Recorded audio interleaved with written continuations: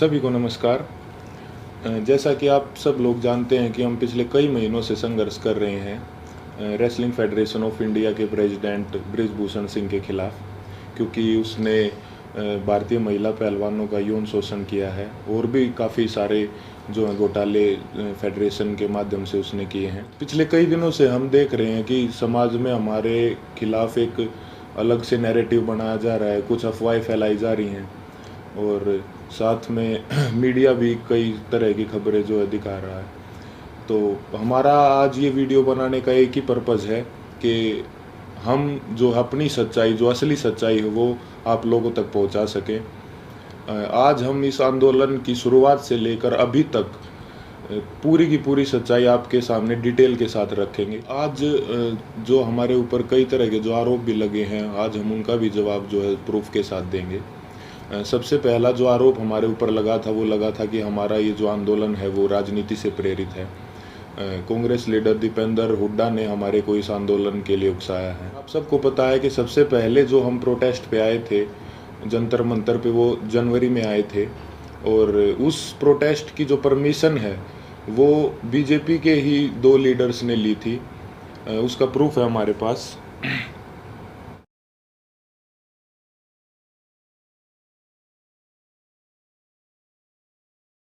Protest की जो permission जो जंतर मंतर थाने से ली गई थी वो बीजेपी लीडर तीर्थ राणा और बीजेपी लीडर बबीता फोगाट ने जो वो परमिशन ली थी, जिसका प्रूफ भी अभी हमने आपको दिखाया।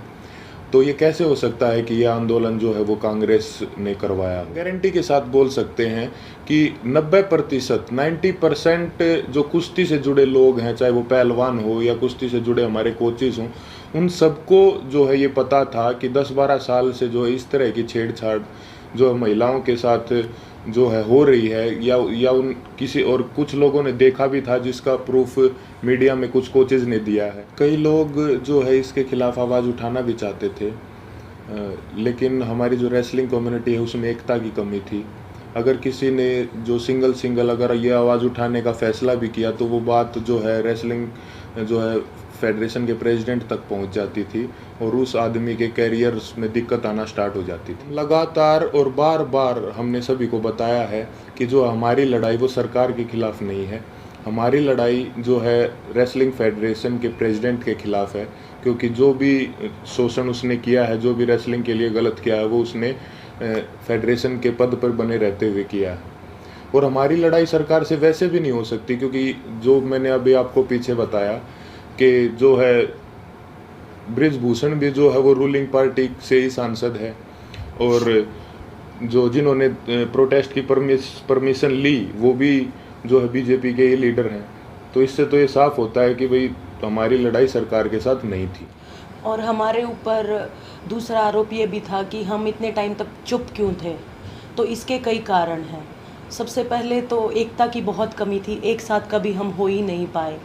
और इसका दूसरा कारण तो आप समझ ही सकते हैं कि माइनर जो लड़की जिसने 161 के बयान दिए, फिर 164 के, उसके कई दिन बाद जो है उसने अपने बयान बदले, क्योंकि उसके परिवार को डराया गया, धमकाया गया। तो सिंगल आवाज़ उठा भी कैसे सकते थे। कुश्ती में आने वाले सभी खिलाड़ी बहुत ही गरीब परिवार से होते हैं, उनमें हिम्मत नहीं होती वो इतनी बड़ी व्यवस्था और इतने पावरफुल आदमी के खिलाफ आवाज़ उठा सके। और वो सब आप लोगों ने महसूस भी कर लिया होगा कि इंडिया के टॉप रेसलर्स ने मिलकर आवाज़ उठाई और उसके बावजूद भी उन्हें किन किन हालातों से गुजरना पड़ा। 28 तारीख को महिला पहलवानों के साथ जो व्यवहार हुआ वो पूरे देश ने देखा है। कैसे उनको ज़बरदस्ती घसीटा गया और कैसे जो उनको ज़बरदस्ती अरेस्ट किया गया, जबकि हमने कोई भी जो है कानून नहीं तोड़ा था, ना ही किसी संविधान का उल्लंघन किया था। फिर भी हमारे ऊपर जो है इतना ज़ोर ज़बरदस्ती का और इतना बर्बर व्यवहार जो है किया गया पुलिस प्रशासन द्वारा। हम आप सबको ये क्लियर कर देना चाहते हैं कि जो 28 मई की जो महिला सम्मान महापंचायत की जो कॉल थी वो हमने नहीं दी थी, वो हमारे खाप चौधरियों ने दी थी महम में पंचायत के बाद। हमारे को तो कुछ समय के बाद जो है इस फैसले के कुछ समय बाद हमारे को ये पता चला कि 28 तारीख को जो है नए संसद भवन का उद्घाटन भी है। फिर भी जो है हमने हमारे बड़े बुजुर्गों के आदेश का जो है पालन किया, जिसके परिणाम स्वरूप जो है हमारे को इस तरीके से बर्बरतापूर्वक घसीटा गया रोड पे, और जो है हमारे को प्रोटेस्ट साइट से भी जो है ज़बरदस्ती हटा दिया गया। 28 तारीख को जो घटना हमारे साथ हुई उसने हमें अंदर से तोड़ दिया था। हमने देश के लिए इतने पदक जीते, देश का इतना मान सम्मान बढ़ाया, फिर भी हमारे मान सम्मान को जो है वो सड़कों पर रौंद दिया गया। उस घटना के बाद हम जो है इतने आहत हो गए थे, इतने परेशान हो गए थे कि वो बात हम वर्ड्स में भी नहीं बता सकते। हमें कुछ समझ नहीं आ रहा था कि हमारे साथ ये क्यों हुआ। उसके बाद हम सब ने अपने सारे मेडल्स गंगा जी में विसर्जित करने का फ़ैसला लिया, क्योंकि हमें वो अपने सारे मेडल्स बेईमानी नज़र आ रहे थे। लेकिन फिर हरिद्वार में भी हम सब इस तंत्र की साजिश का शिकार हो गए। जैसे ही हम हरिद्वार में अपने मेडल बहाने पहुँचे तो तंत्र से जुड़ा एक आदमी बजरंग का हाथ पकड़ के साइड में ले गया और उससे पता नहीं कितने नेताओं की बात करवाई कि आप रुको, आपके बारे में मीटिंग चल रही है और आपको न्याय भी मिल जाएगा, आप बस 7 बजे तक रुको। और कैसे भी करके जो है 7 बजे तक बजरंग को जो है रोक के रखा, और एग्जैक्ट 7 बजे तंत्र से जुड़े और भी इसी तंत्र से जुड़े लोग पता नहीं कितनी संख्या में वहाँ पर पहुँच जाते हैं। और वहाँ पे जो है व्यवस्था इस तरह की बन जाती है कि अगर उसके बाद हम मेडल बांटने जाते तो वहाँ पे हिंसा भी हो जाती। तो वहाँ भी हमने फिर समझदारी जो है दिखाई और जो है रुकने का निर्णय लिया कि अभी हम रुक जाते हैं। और एक और बात क्लियर कर दे कि वो मेडल हमने सिर्फ अपने कोचेज़ को और अपने माँ बाप को वापस दिए थे। वहाँ पे क्या चल रहा था ये हमारे को कुछ समझ में ही नहीं आ रहा था। हम उस मानसिक स्थिति में थे ही नहीं कि हम वहाँ पे किसी साजिश को या वहाँ पे क्या चल रहा है इस चीज़ को समझ पाते। हम बहुत ही एक तनाव में और एक बहुत दुखी मन के साथ अपने जीवन की पूरी कष्ट कमाई को वहाँ लेके गए थे। लेकिन वहाँ पे क्या हुआ उसको क्योंकि हम जो है आंदोलनकारी नहीं है ना, हमें एक्सपीरियंस है, हमने जो है पूरी ज़िंदगी कुश्ती करी है ना, सोशल लाइफ भी नहीं जिए, तो कई बार इस तरह के जो माहौल क्रिएट होते हैं वो नहीं समझ में आते। साथ में हम अपनी ज़िंदगी की पूरी कमाई वहाँ पर लेके गए हुए थे। इस घटना के बाद हमारी मानसिक स्थिति ऐसी हो गई थी कि हमें कुछ भी समझ नहीं आ रहा था कि कौन हमारे साथ है, कौन जो हमारे खिलाफ है, कौन इस तंत्र का हिस्सा है। हम दिमागी रूप से बिल्कुल जो है ब्लैंक आउट हो गए थे। और फिर उसके बाद कई लोग हमारे को मिलते रहे, कुछ समझाते रहे, हमारे को कुछ समझ नहीं आ रहा था कि किस पे विश्वास करें और किस पे ना करें। इसी बीच ये समझाया गया हमको कि होम मिनिस्टर सर से आपको मिलना चाहिए, क्योंकि जो है सारे समाधान वहीं से निकलेंगे। हम वहाँ पे सिर्फ अपनी बात रखने के लिए गए थे। और अब ये भी सुनने में आ रहा है कि कई खापे जो हैं वो हमसे नाराज़ हैं। मैं सबसे हाथ जोड़ के यही विनती करना चाहूँगा कि आप प्लीज़ अफवाहों पे ध्यान मत दो।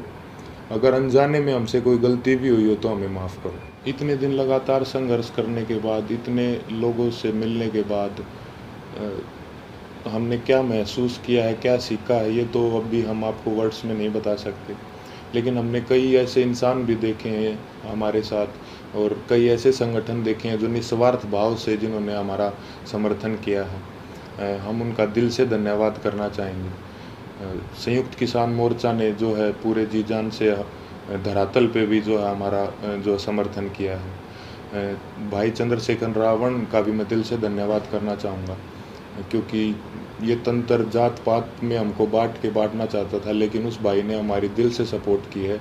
तो चंद्रशेखर भाई का भी दिल से धन्यवाद। सत्यपाल मलिक जी का भी मैं धन्यवाद करना चाहूँगा कि उन्होंने हमारे को प्रेरित किया कि कैसे बेबाकी से अपनी बात जो है रखी जाती है। साथ ही सभी महिला संगठनों का भी मैं जो है दिल से धन्यवाद करना चाहूँगा कि उन्होंने जितनी ताकत उनमें थी हमारा सपोर्ट किया है। साथ ही छात्रों का भी, हर एक उस इंसान का जो निस्वार्थ भाव से हमारे पास हमारे समर्थन के लिए आए हैं, उनका हम दिल से धन्यवाद करना चाहेंगे।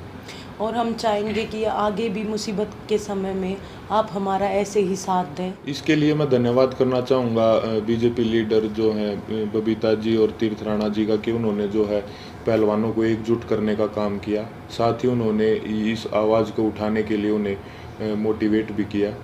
उसके बाद इन्होंने ही सरकार के साथ जो है मीडिएटर बन के जो पहलवानों को एक कमेटी का नाम दे के जो है आश्वासन दिलवाया सरकार से, यही उसके बीच में जो है मीडिएटर थे।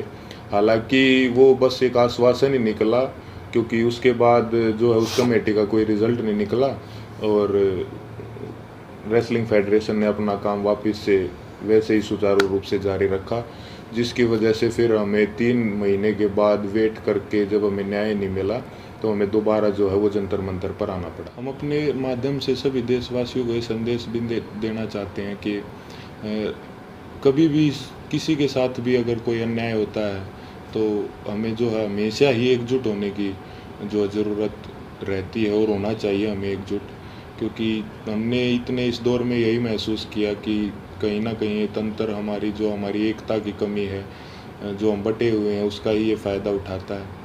किसी के साथ भी अन्याय हो तो आप प्लीज़ एक साथ आइए। अन्याय के खिलाफ निस्वार्थ और सच्चे मन से अगर हम कभी भी एकजुट होकर अन्याय के खिलाफ आवाज़ उठाते हैं तो आत्मा को बहुत संतुष्टि मिलती है। धन्यवाद।